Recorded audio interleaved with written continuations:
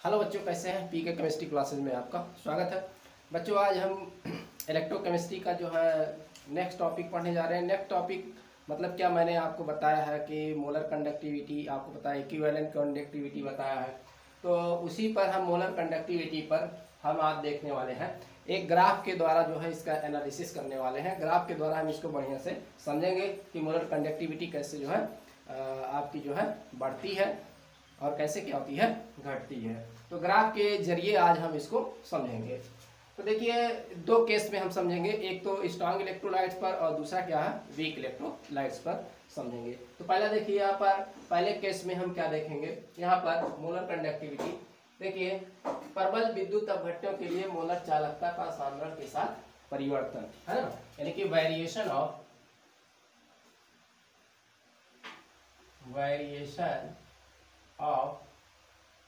Molar conductivity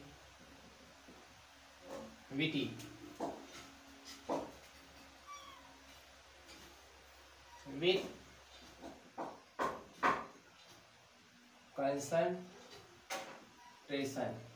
concentration या इसको हम कह सकते हैं यहाँ डाइल्यूशन, क्योंकि यहाँ डाइल्यूशन ही करेंगे, इसको तनु हम करेंगे कंसंट्रेशन और डाइल्यूशन पर स्ट्रॉन्ग इलेक्ट्रोलाइट्स।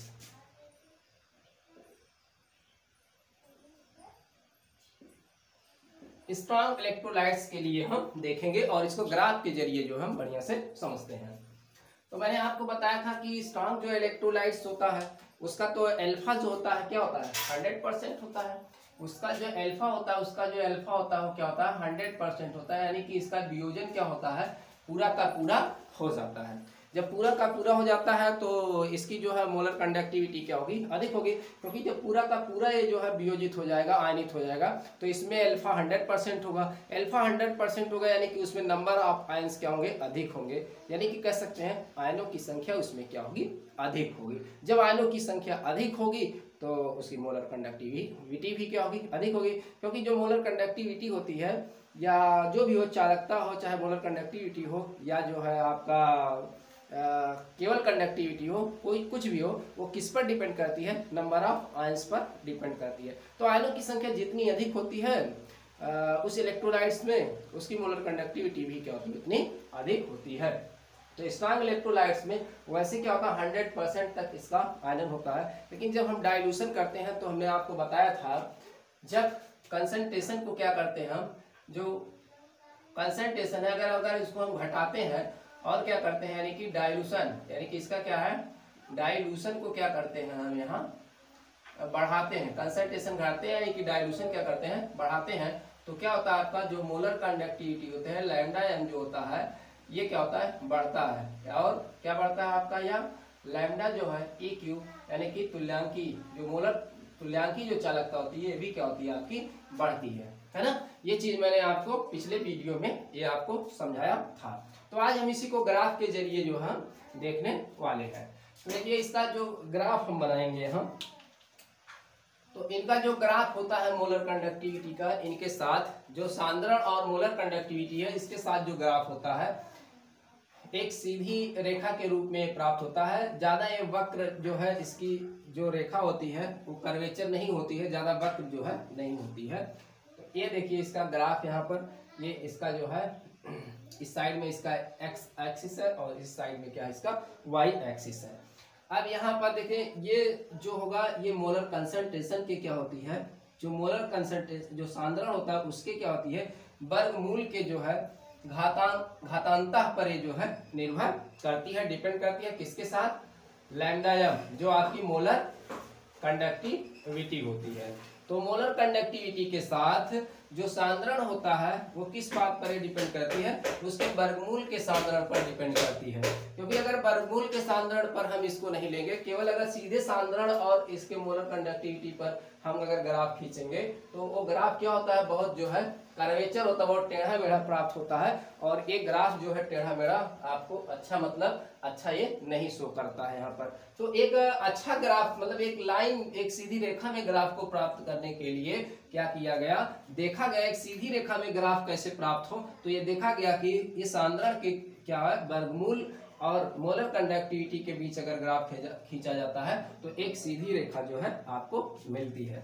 तो सीधी रेखा जो ग्राफ की मिलती है वो कैसे मिलती है यहाँ पर, तो इस तरीके से, यानी कि ज़्यादातर जो है इसमें वेरिएशन नहीं होता है ज़्यादा, तो क्योंकि ये स्ट्रांग इलेक्ट्रोलाइट है, ज़्यादा इसमें आयन की संख्या तो इसमें बढ़ती ही नहीं है। अल्फा 100% होता है, आयन की संख्या इसमें बढ़ती नहीं है, लेकिन फिर भी इसकी डाइल्यूशन करने पर इसकी मोलर कंडक्टिविटी क्या होती है, थोड़ी सी क्या होती है, बढ़ती है। और वो थोड़ी सी किस कारण बढ़ती है, इसकी मोलर कंडक्टिविटी थोड़ी सी किस कारण बढ़ती है, ये इस कारण बढ़ती है क्योंकि पहले क्या होते हैं आयंस इसके क्या होते हैं NaCl, मान लीजिए कि जैसे इसके पॉजिटिव और नेगेटिव जो आयंस होते हैं, पॉजिटिव और नेगेटिव जो आयंस होते हैं, ये पहले क्या होते हैं, जब सांद्रण अधिक सांद्रण पर होता है, इनका सांद्रण अधिक होता है तो आयंस क्या होते हैं, पास पास होते हैं। लेकिन जब इसमें क्या कर दिया जाता है, डाइल्यूशन कर दिया जाता है, इसमें पानी मिला दिया जाता है, तो इसके पॉजिटिव और नेगेटिव क्या हो जाते हैं, पॉजिटिव आयन और जो नेगेटिव आयन होते हैं, थोड़ा ये क्या होता है, इसमें सेपरेशन हो जाता है, इनके बीच की दूरी क्या होती है, बढ़ जाती है, जिससे अधिक क्या कर सकते हैं, मूव कर सकते हैं, इसकी गतिशीलता क्या हो जाती है, बढ़ जाती है।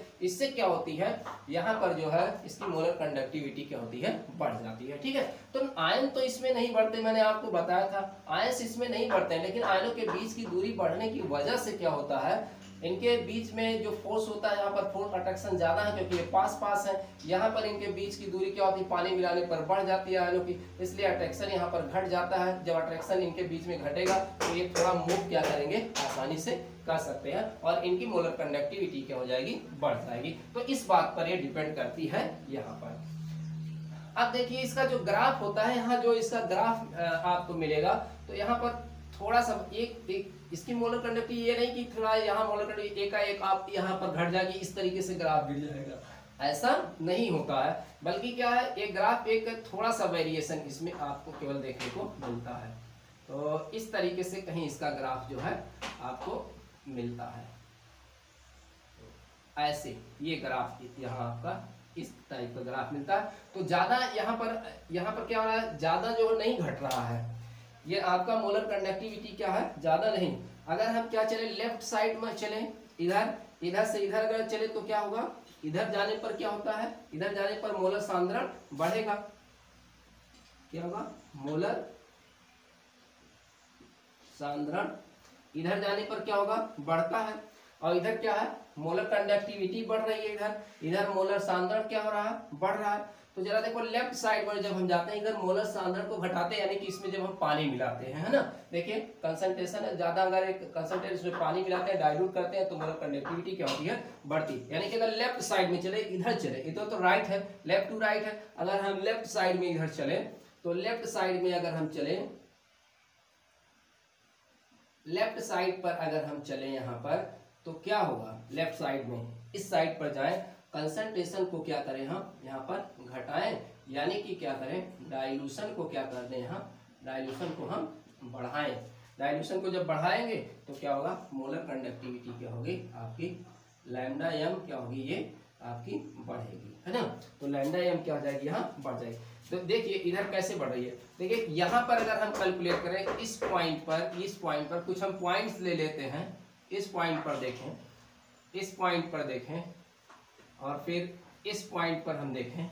अगर हम इस पॉइंट पर देखें तो मोलर कंडक्टिविटी क्या है, देखिए यहाँ पर इस पॉइंट पर, ये देखिए सांद्रण इसका यहाँ पर इधर से इधर जाने पर कंसंट्रेशन घटता है, यानी कि सांद्रण को इधर हम कम कर रहे हैं, यानी कि पानी मिला रहे हैं, डाइल्यूट कर रहे हैं, सांद्रण को कम कर रहे हैं इधर हम, ठीक है। इसको क्या लिख सकते हैं, इसको ये भी लिख सकते हैं 1/√v भी लिख सकते हैं, क्योंकि आप जानते हैं सांद्रण, क्योंकि आप जानते हैं क्या, यहाँ जानते हैं जो सांद्रण होता है वो क्या होता है, आयतन के क्या होता है, व्युत्क्रमानुपाती होता है। तो अगर आप सांद्रण को घटाएंगे तो ये आपका क्या होगा, डाइल्यूशन क्या होगा, बढ़ेगा, यानी कि आयतन क्या होगा, बढ़ेगा। अगर आप इसको घटाते हैं तो ये क्या होगा, आपका बढ़ेगा। इसको तो आप समझ ही रहे हैं। तो वैसे यहाँ भी जब आप सांद्रण क्या करेंगे, यहाँ पर देखिए इधर से इधर की तरफ आ रहे हैं, तो इस वाले सांद्रण पर आप क्या देख रहे हैं, कौन सा, इस वाले सांद्रण पर आपकी मोलर कंडक्टिविटी कितनी है, यहाँ पर अगर आप देखें तो इस पर इसकी मोलर कंडक्टिविटी देखिए,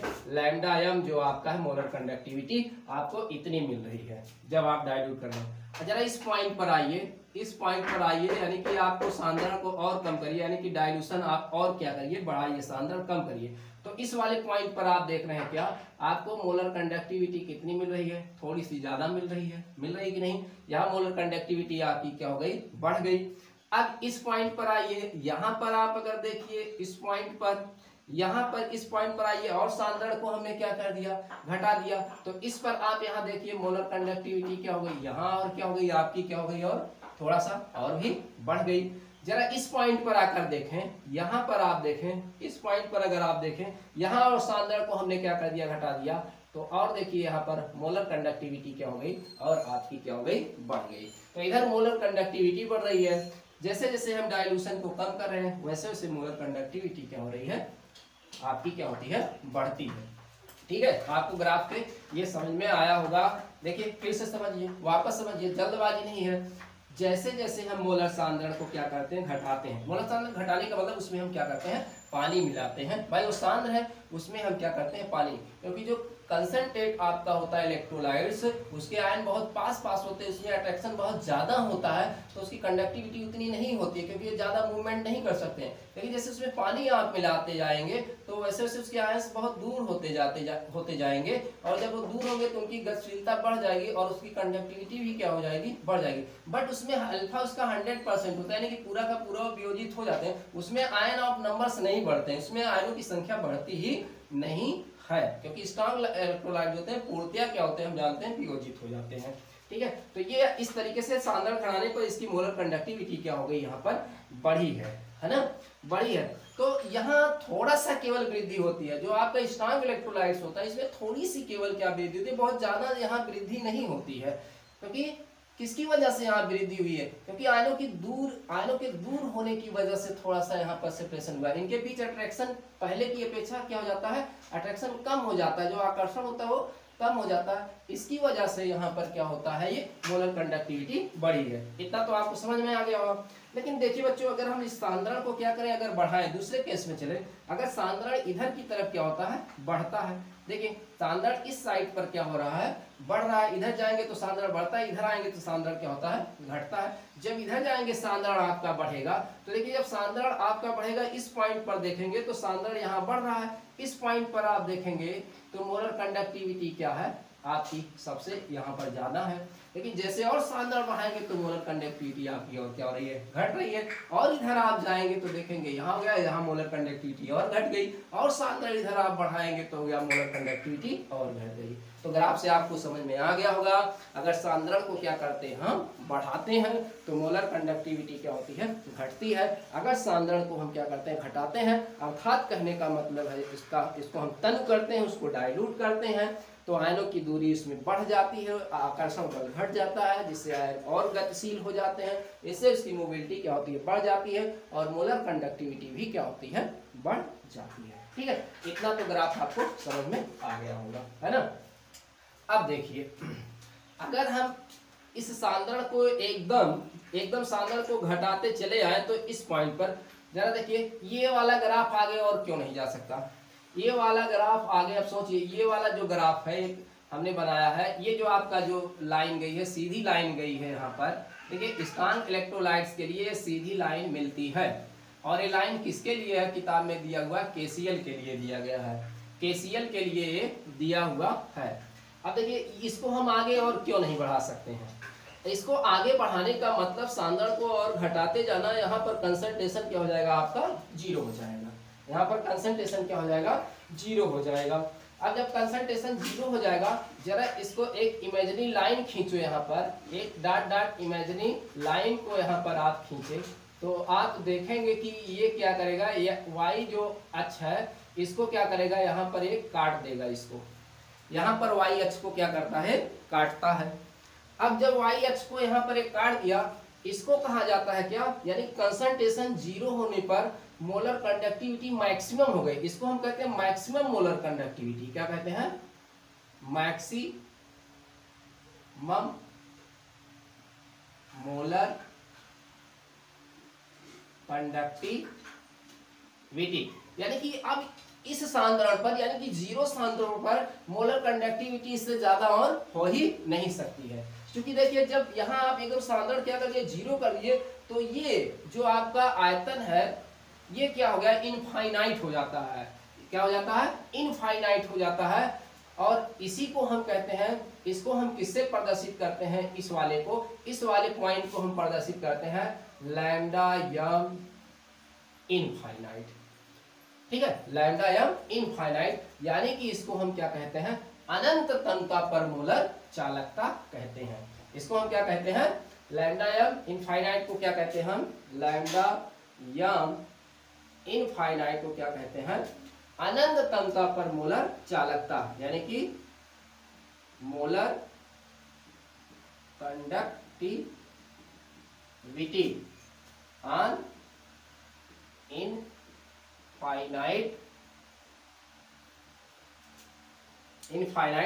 डाइल्यूशन। इनफाइनाइट डाइल्यूशन का मतलब मोलर सांद्रण क्या हो गया, मोलर कंसंट्रेशन क्या हो गया, मोलर कंसंट्रेशन जो हो गया वो क्या हो गया, जीरो हो गया। मोलर कंसंट्रेशन क्या होता है, एकदम तो जीरो तो होता ही नहीं है वो, है ना। मोलर कंसंट्रेशन क्या हो गया, जीरो हो गया।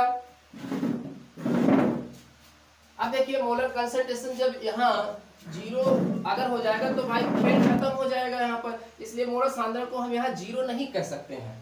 इसी को एक दूसरा नाम दिया गया है लिमिटिंग मोलर कंडक्टिविटी। मतलब ये इनफाइनाइट डाइल्यूशन होने का मतलब है ये मोलर जो कंडक्टिविटी है एक सीमांत मान को क्या कर दिया है, प्राप्त कर चुका है। एक सीमांत मान को क्या कर चुका है, ये प्राप्त कर चुका है। अब देखिए सीमांत मान को जब प्राप्त, इसीलिए इस वैल्यू को हम कहते हैं, इसको हम क्या कहते हैं, इसी वाले को कहते हैं लिमिटिंग मोलर कंडक्टिविटी कहते हैं। लिमिटिंग मोलर कंडक्टिविटी भी इसको हम कहते हैं। गड़बड़ हो जाएगा बेटा, तो लिमिटिंग, इसको हम क्या कहते हैं, लिमिटिंग मोलर कंडक्टिविटी भी इसको हम कहते हैं। क्योंकि ये क्या हुआ है, जीरो कंसंट्रेशन होने पर, अर्थात कह सकते हैं डाइल्यूशन इनफाइनाइट होने पर क्या हो गया, ये मैक्सिमम मोलर कंडक्टिविटी प्राप्त कर चुकी है। इसी को हम क्या कहते हैं, लिमिटिंग मोलर कंडक्टिविटी भी कहते हैं। तो लिमिटिंग मोलर कंडक्टिविटी क्या है, जब मोलर सांद्रण क्या हो जाए, जीरो हो जाए, अर्थात क्या कह सकते हैं डाइल्यूशन क्या हो जाए, इनफाइनाइट हो जाए, तब उसको हम क्या कहते हैं, लिमिटिंग मोलर कंडक्टिविटी कहते हैं, यानी कि मैक्सिमम मोलर कंडक्टिविटी कहते हैं इसको। ठीक है, तो ये चीज हुआ। अब देखिए ये आप इसको तो नोट कर लीजिए, मोलर कंडक्टिविटी किसे कहते हैं, या अनंत तनता पर मोलर चालकता क्या कहलाता है, अनंत तनता पर मोलर चालकता, यानी कि जब डाइल्यूशन क्या हो जाए, इनफाइनाइट हो जाए, यानी कि कंसंट्रेशन क्या हो जाए, जीरो हो जाए, तब हम उसको कहते हैं अनंत तनता पर मोलर चालकता कहा जाता है। ठीक हो गया। अब इस पर तो है, हम एक देखते हैं यहाँ पर इसका एक फार्मूला भी है, यहाँ हम फार्मूले सब आप नोट कर लेंगे जो मिटाए गए हैं। तो ये डाइल्यूशन पर, ठीक है, तो डाइल्यूशन पर क्या होगा, बढ़ेगा मोलर कंडक्टिविटी, और अगर सांद्रण को बढ़ाएंगे आप तो क्या होगा, घटेगा। ठीक है, दोनों तरीके से हमने बताया। रीजन क्या है, घटाने पर आयनों के बीच की दूरी बढ़ जाएगी, और बढ़ाने पर मोलर सांद्रण आयनों के बीच की दूरी घट जाएगी, है ना, अट्रैक्शन यानी कि बढ़ जाएगा, इस वजह से यहाँ पर होता है। अब देखिए इस पर एक फार्मूला लिखा गया, क्योंकि ये क्या है, एक जो है आपको सीधी लाइन यहाँ पर मिली हुई है, तो सीधी लाइन के लिए जो है एक जो है यहाँ पर क्या, जो आप गणित में एक फार्मूला पढ़ते हैं, क्या पढ़ते हैं गणित में फार्मूला, y=mx+c। तो एक रेखीय लाइन के लिए फार्मूला होता है। तो यहाँ देखिए y अक्ष पर क्या है, तो y अक्ष पर आपका क्या है, लैम्डा एम है, y अक्ष पर क्या है, लैम्डा एम है। x अक्ष पर आप क्या है, मोलर कंसंट्रेशन है, यानी कि अंडर रूट क्या है, अंडर रूट c है। ठीक, ये है, और ये चीज ये आपका क्या है, ये इंसर्ट जो है इंटरसेप्ट y है, यानी कि यहाँ पर जो कटान है ये आपका है, तो कटान पर आपका क्या है, लैम्डा एम इनफाइनाइट, ये आपका यहाँ है। अब ये आपका क्या होता है, ये आपका स्लोप होता है, स्लोप यानी कि ढलान होता है। तो ढलान पर हम यहाँ क्या मान लेते हैं, ए मान लेते हैं। क्योंकि जो स्लोप होता है आपका, एक तो आपका स्लोप जो है इस तरीके का जो है मिलता है, तो ये पॉजिटिव का होता है। एक स्लोप आपका क्या होता है, इस तरीके का मिलता है। जो इस तरीके का स्लोप मिलता है वो क्या होता है, माइनस होता है, और ये क्या होता है, पॉजिटिव होता है। क्योंकि ये माइनस स्लोप के लिए है, इसलिए इसको यहाँ पर हम क्या दिखाएंगे, माइनस लिखेंगे। अब देखिए यहाँ पर ये जो अब इसको हम कैसे फार्मूला लिख सकते हैं, तो हम लिख सकते हैं लैम्डा यम इक्वल टू, यहाँ पर हम लिख सकते हैं जो लैम्डा यम है इसको इक्वल टू लिख सकते हैं, ये lambda Yama infinite minus A under root क्या हो जाएगा, सी। तो ये जो वाला फार्मूला है, ये फार्मूला इसको हम क्या कहते हैं, इस फार्मूले का नाम दिया गया, इसको कहते हैं, किसके द्वारा ये निकाला गया है, इसको हम कहते हैं डिवाई हकल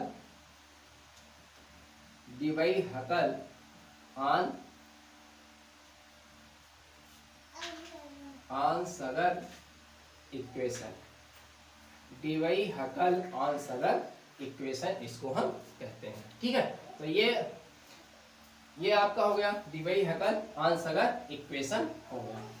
अब देखिए यहाँ पर ये सब क्या है, इसको आप लिख लेंगे। लैम्डा एम क्या है, यहाँ पर लैम्डा एम क्या है, किसी सांद्रण पर मोलर चालकता है ये। ठीक है, किसी सांद्रण पर मतलब किसी भी सांद्रण पर मोलर चालकता, यहाँ ये आपका होगा। अब ये यहाँ पर आपका क्या, लैम्डा यम इनफाइनाइट क्या होगा, अनंत तनुता पर मोलर चालकता है। ठीक है, यानी कि जब कंसंट्रेशन क्या हो जाए, जीरो हो जाए, है ना। सी क्या है, अंडर रूट सी, ये क्या आपका, यानी कि सी यहाँ पर क्या है, जो ये सी है, या कह सकते हैं सी क्या है, मोलर, जो विलयन का मोलर सांद्रण, विलयन का कह सकते हैं आप, विद्युत अपघट का विलयन का मोलर सांद्रण। ठीक, ये है।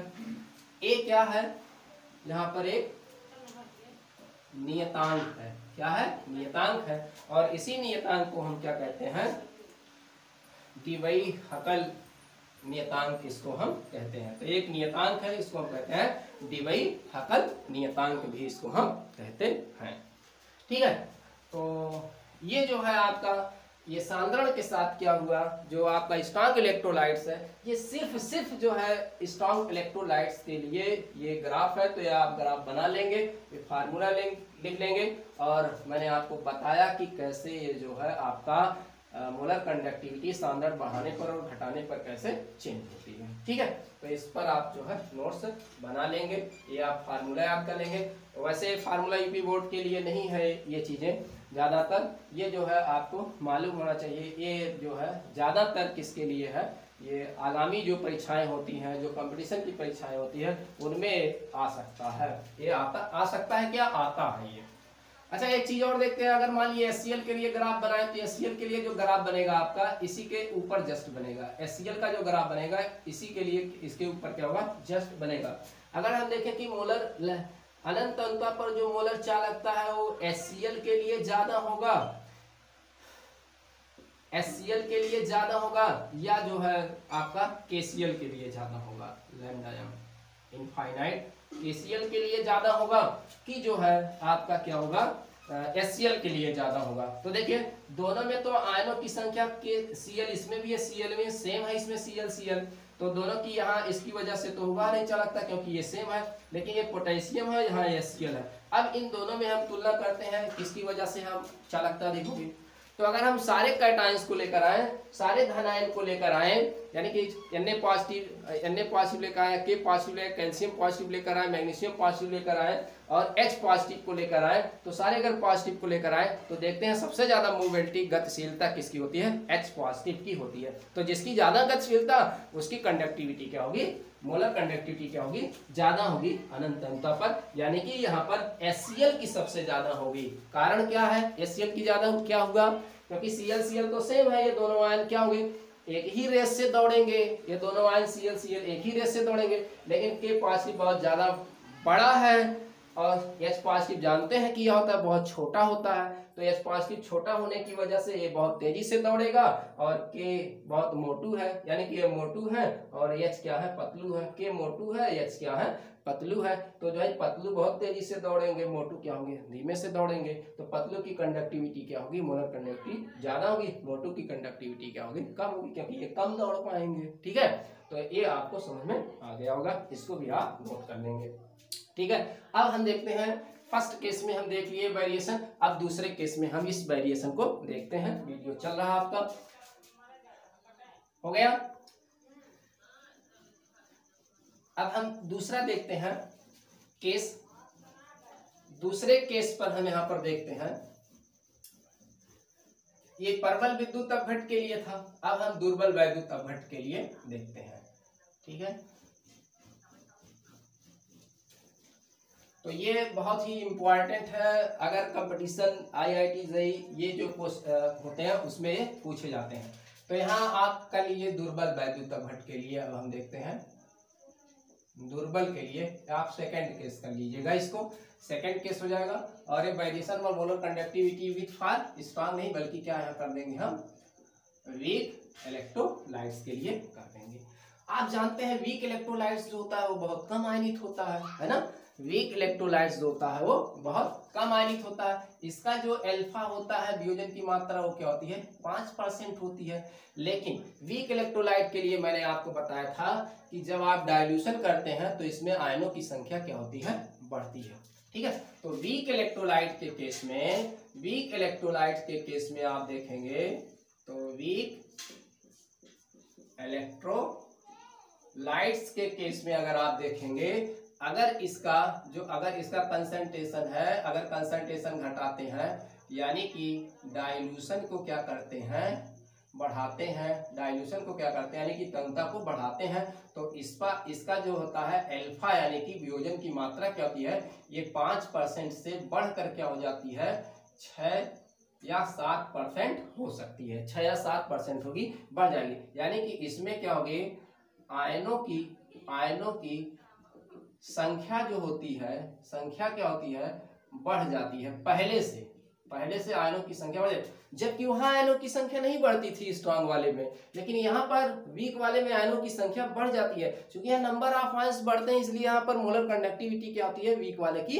बढ़ जाती है। तो यहाँ पर जो मोलर कंडक्टिविटी होती है कुछ ज्यादा इंक्रीज होती है, यहाँ कुछ ज्यादा बढ़ती है, जबकि स्ट्रांग वाले में मोलर कंडक्टिविटी थोड़ी सी केवल बढ़ती है, लेकिन यहाँ ज्यादा आपको इंक्रीज मिलेगा। तो स्ट्रांग की अपेक्षा कंडक्टिविटी में ज्यादा इंक्रीज किसमें आपको दिखेगा, वीक इलेक्ट्रोलाइट्स में आपको दिखेगा, क्योंकि वहां नंबर ऑफ आयंस नहीं बढ़ते हैं, लेकिन यहाँ नंबर ऑफ क्या होते हैं, आयंस ही बढ़ जाते हैं।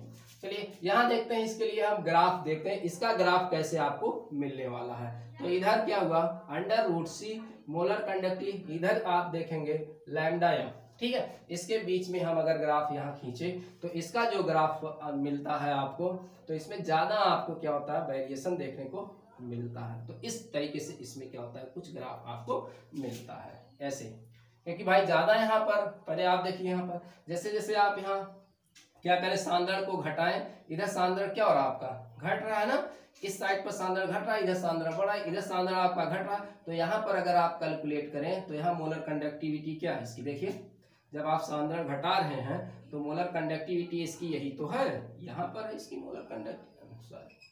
मोलर कंडक्टिविटी आपको कितनी मिल रही है, इतनी ही मिल रही है। लेकिन अगर इस पर आकर यहाँ कैलकुलेट करें तो इसकी मोलर कंडक्टिविटी क्या हो रही है, इतनी बढ़ रही है ना। और फिर अगर इस पॉइंट पर आकर यहाँ पर कैलकुलेट आप करेंगे तो इसकी मोलर कंडक्टिविटी आपको कितनी मिल रही है, देखिए इतनी मिल रही है यहाँ पर, ठीक है। तो देखिए यहाँ मोलर कंडक्टिविटी क्या होती है, पहले देखिए बहुत तेजी से क्या होती है, यानी कि धीरे बहुत तेजी से बढ़ती है और फिर क्या हो जाती है, मंद हो जाती है।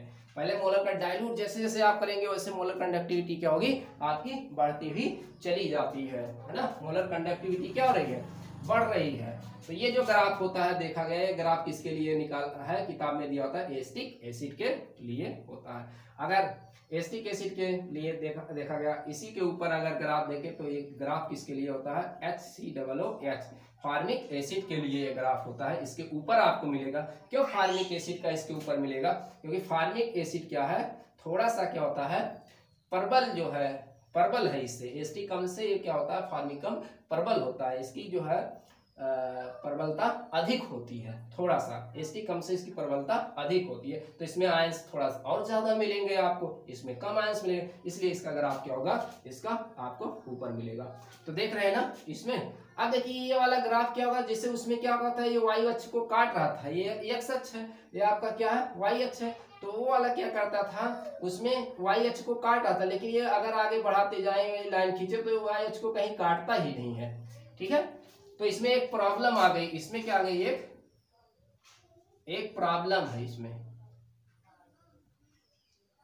एक प्रॉब्लम है, एक इसमें क्या है, समस्या है। क्या समस्या है, इस फार्मूले की सहायता से जो है हम लैम्डा यम इनफाइनाइट यानी कि अनंत तनुता पर मोलर चालकता, अनंत तनुता पर है ना, अनंत तनुता पर मोलर चालकता की गणना नहीं कर सकते हैं, नहीं कर सकते हैं। अनंत तनुता पर मोलर चालकता की गणना नहीं कर सकते हैं, क्योंकि यहाँ कट कहीं तो कट तो रहा नहीं है, वाई अक्ष को ये कहीं पर काट ही नहीं रहा है। इसलिए हम यहाँ पर क्या करेंगे, यहाँ अनंत तनुता पर मोलर चालकता की गणना हम नहीं कर सकते हैं यहाँ पर।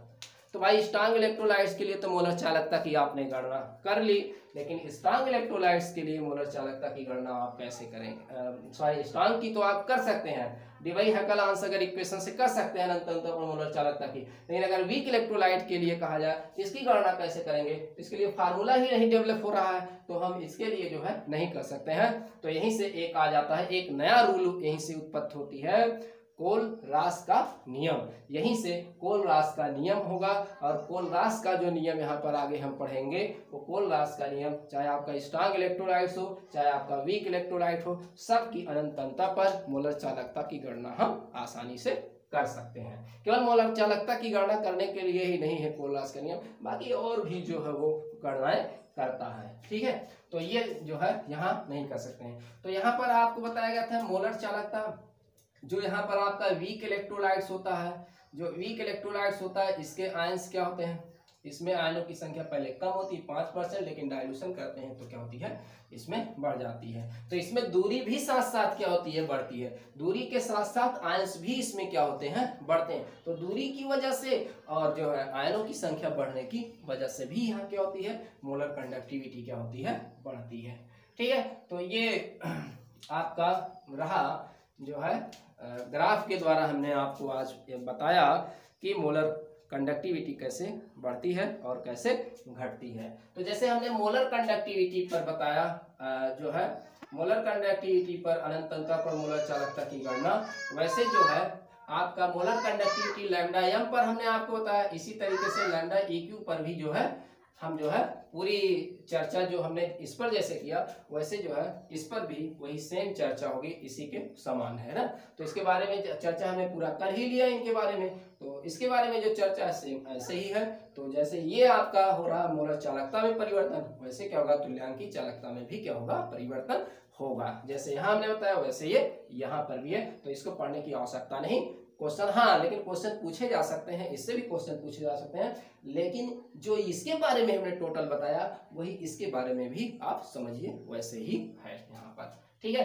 तो अब ये आपका टॉपिक खत्म हो गया। हम नेक्स्ट टॉपिक आपको लेकर आएंगे। नेक्स्ट टॉपिक में जो हम पढ़ेंगे कोलरास का नियम और उसके एप्लीकेशंस के बारे में पढ़ेंगे। तब तक के लिए जो है आप इसको तैयार करें, अच्छे तरीके से तैयार करें, इसका नोट्स बनाएं। तब तक के लिए